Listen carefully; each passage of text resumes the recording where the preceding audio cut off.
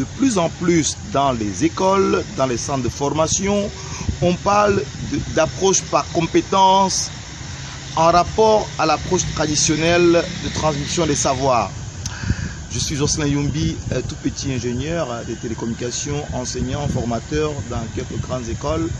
Nous sommes allés à la rencontre d'un pédagogue, d'un coach et aussi d'un formateur, c'est-à-dire quelqu'un qui contribue à assurer la formation ou mieux la transformation des individus afin qu'ils puissent s'approprier des compétences. Nous avons voulu comprendre davantage c'est quoi cette fameuse approche par compétences. André Zanga, c'est le coach en question, il est expert des problématiques de compétences et de transmission des savoirs et des aptitudes. Nous sommes allés à sa rencontre pour comprendre c'est quoi véritablement l'approche par compétences.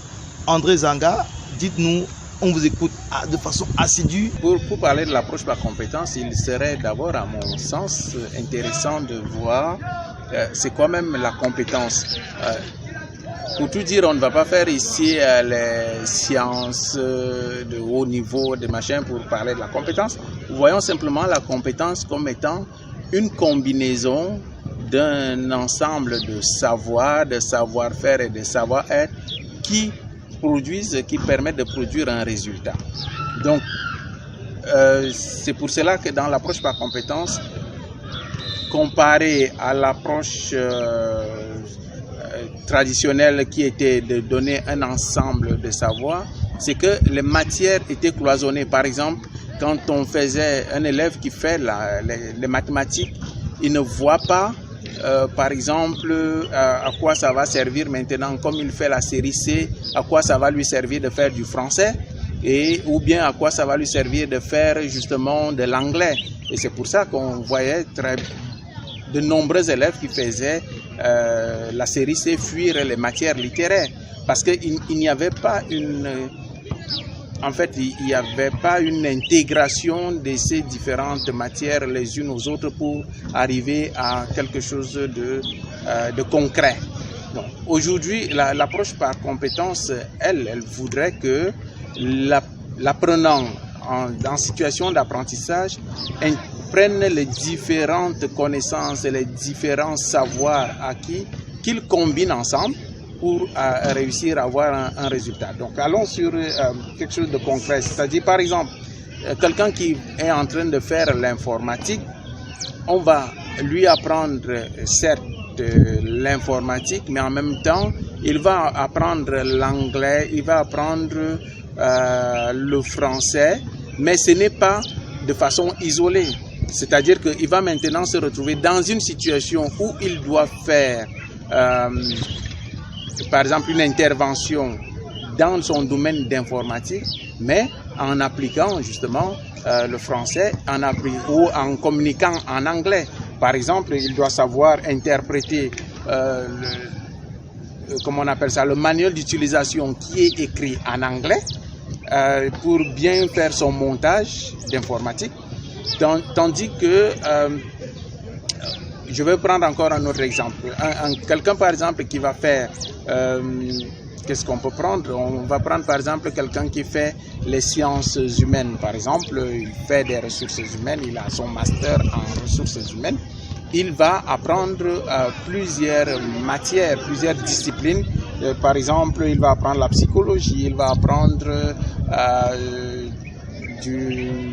des mathématiques, il va apprendre les statistiques, il va apprendre, mais il ne devra pas les apprendre de façon isolée.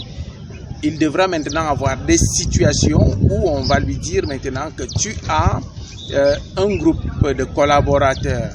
Tu as un groupe de collaborateurs, par exemple 6-7 collaborateurs avec lesquels tu dois arriver à produire tel travail. Comment tu fais? Et c'est à lui maintenant à savoir comment il va faire intervenir les statistiques dans son activité, comment il va faire intervenir sa psychologie dans son activité pour arriver au résultat et faire intervenir donc aussi plusieurs autres connaissances qu'il aura pu voir. Donc, c'est pour ça que l'approche par compétence, à mon sens, elle est très intéressante pour favoriser l'employabilité du jeune, c'est-à-dire de l'apprenant. Une fois que l'on sort du milieu autant pour moi du milieu d'apprentissage, donc de son école, on a déjà été confronté à des activités concrètes où on a pu faire appel à ses connaissances de façon diverse, les mettre ensemble. Exactement comme quelqu'un, par exemple, qui va faire la restauration. Prenons par exemple un pâtissier. Pour faire sa pâte, il faut qu'il applique bien ses mathématiques. Par exemple, il faut qu'il calcule déjà d'abord sa recette, qu'il élabore d'abord sa recette. Deuxième chose, il faudrait qu'il mesure les quantités. Donc, il faut qu'il sache utiliser déjà une balance, par exemple. Il faudrait qu'il sache même mélanger et donc les dosages de sa pâte pour pouvoir sortir un meilleur gâteau que lorsque l'on va le manger, tout le monde sera content. Donc, voilà un peu comment l'approche par compétence va aider. Donc, du coup, celui-là, quand il sort de là et qu'il est recruté dans une boulangerie, il n'est plus vraiment un apprenti où on va lui montrer comment modeler la pâte, comment mélanger les différents ingrédients, mais il aura déjà appris et il aura appris en mesurant, en utilisant les outils qui vont avec, en intégrant toutes les connaissances nécessaires pour pouvoir produire son gâteau. Alors, André nous a déblayé le chemin. Maintenant, nous aimerions savoir comment, de façon pratique, appliquer cette approche par compétence à la transmission des savoirs et des compétences dans nos différentes écoles. Question d'avoir des résultats optimisés. Comment est-ce qu'il est possible d'appliquer cette approche par compétence dans nos écoles primaires, dans nos écoles secondaires, dans nos instituts universitaires, dans nos grandes écoles et dans nos centres de formation? Comment appliquer cette approche par compétence pour avoir des résultats optimisés? André, essaie de nous éclairer là-dessus. Je pense que pour avoir des meilleurs résultats avec cette approche par compétence, il faudrait déjà former les enseignants comme cela est fait, c'est-à-dire à cette approche-là pour qu'ils comprennent l'importance de cette approche, pour qu'ils comprennent même comment elle se déroule. Deuxième chose pour moi, il faudrait qu'il y ait tout un accompagnement de façon régulière et de façon assidue. Parce que j'essaie un peu de voir de la petite expérience. Moi, je suis sorti de l'environnement scolaire lorsque l'approche n'était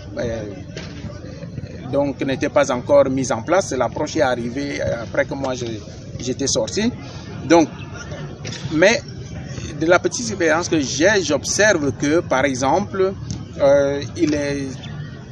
on ne voit pas très bien, par exemple, l'enseignant de français se retrouver avec l'enseignant de mathématiques, se retrouver avec l'enseignant d'histoire géo pour discuter ensemble justement de qu'est-ce qu'on va enseigner à l'enfant, et comment intégrer nos différentes connaissances. On voit aujourd'hui que les enseignants continuent à fonctionner comme dans l'ancienne méthode, c'est-à-dire que chacun vient, il donne sa discipline et dès qu'il finit de donner sa notion, il sort de la classe. Mais il n'y a pas une approche intégrative de telle sorte que lorsque l'enseignant de géographie entre en classe, sachant que le prochain collègue qui va le remplacer, c'est le prof de maths, qu'il montre déjà comment les notions qu'il va voir avec ses élèves peuvent avoir une incidence ou bien peuvent bien se combiner avec les notions de mathématiques qu'ils vont voir. Par exemple, si l'enseignant de géographie est en train d'aborder la notion de l'équateur, il va voir la notion qu'est-ce qu'on entend là, même de pluviométrie et autres. Donc, il faudrait que il voit déjà ce que l'enseignant de mathématiques, lui, il va donner pour que lorsque l'enseignant de géographie va aborder ces notions, il montre l'incidence ou bien montre le lien avec les notions de mathématiques que l'enseignant de mathématiques viendra donner après. Donc là, du coup, ça montre déjà, ça suscite l'intérêt chez l'élève qui se dit, c'est pas juste des notions isolées, ces notions sont bien des notions qui vont ensemble pour pouvoir produire un résultat. Alors, après les explications d'André, j'entends les gens dire, mais tiens, est-ce que c'est adapté au contexte africain, cette problématique d'approche par compétence? Alors André, dites-nous, est-ce que cette approche par compétence est adaptée dans notre contexte africain, dans nos cultures et dans notre monde en développement? Est-ce qu'on peut dire que cette approche qui est, à mon sens, qui a été exportée, je veux dire, qui a été ramenée de l'étranger, qui a été pensée par les experts de la philosophie de l'éducation, ont réellement tenu compte de la réalité de l'environnement culturel, anthropologique et sociologique de l'Afrique? Ça veut dire, est-ce qu'ils ont tenu compte de notre réalité anthropologique, ça veut dire africaine? Et est-ce que ça tient compte de notre monde en développement? Est-ce que l'approche par compétence sied à notre environnement et à notre monde en développement? André, dites-nous si réellement cette approche par compétence est adaptée à notre environnement. Je pense que justement l'approche par compétence est même très adaptée et bien encouragée dans un monde en développement, parce que c'est cette approche-là qui va permettre justement aux apprenants d'être facilement opérationnels, donc être très opérationnels à la base tout de suite. Et je crois que nos enseignants et nos pédagogues justement devraient travailler dans ce sens-là pour que cette approche soit une approche qui devienne comme une zone de confort, parce qu'on voit aujourd'hui beaucoup d'enseignants qui ne se sentent pas à l'aise avec cette approche, et c'est pour ça qu'ils sont obligés de retomber rapidement dans les approches, les anciennes méthodes, l'approche par connaissance ou simplement donc l'approche disciplinaire. Et c'est vrai que ça demande beaucoup de travail. Ça demande beaucoup de travail à l'enseignant, parce qu'il faudrait que, comme je l'ai dit, il y ait une synergie, il faudrait qu'il interagisse avec les collègues des autres disciplines pour pouvoir monter son enseignement, pas seulement se limiter uniquement à sa matière seule. Mais c'est une approche vraiment intéressante et d'ailleurs qui facilite le travail de l'enseignant par après. Une fois que lui, il a développé cette approche, il va maintenant permettre à ses enfants de pouvoir travailler, et là lui devient plutôt comme un accompagnateur, comme un tuteur, comme un guide pour pouvoir accompagner les élèves et non plus pour pouvoir leur donner du savoir comme si c'était lui seul qui pouvait savoir faire quelque chose. Alors après les explications d'André, j'entends les gens dire mais tiens, est-ce que c'est adapté au contexte africain, cette problématique d'approche par compétence? Alors André, dites-nous, est-ce que cette approche par compétence est adaptée dans notre contexte africain, dans nos cultures et dans notre monde en développement? Est-ce qu'on peut dire que cette approche qui est, à mon sens, qui a été exportée, je veux dire, qui a été ramenée de l'étranger, qui a été pensée par les experts de la philosophie de l'éducation, ont réellement tenu compte de la réalité de l'environnement culturel, anthropologique et sociologique de l'Afrique? Ça veut dire, est-ce qu'ils ont tenu compte de notre réalité anthropologique, ça veut dire africaine? Et est-ce que ça tient compte de notre monde en développement? Est-ce que l'approche par compétence sied à notre environnement et à notre monde en développement?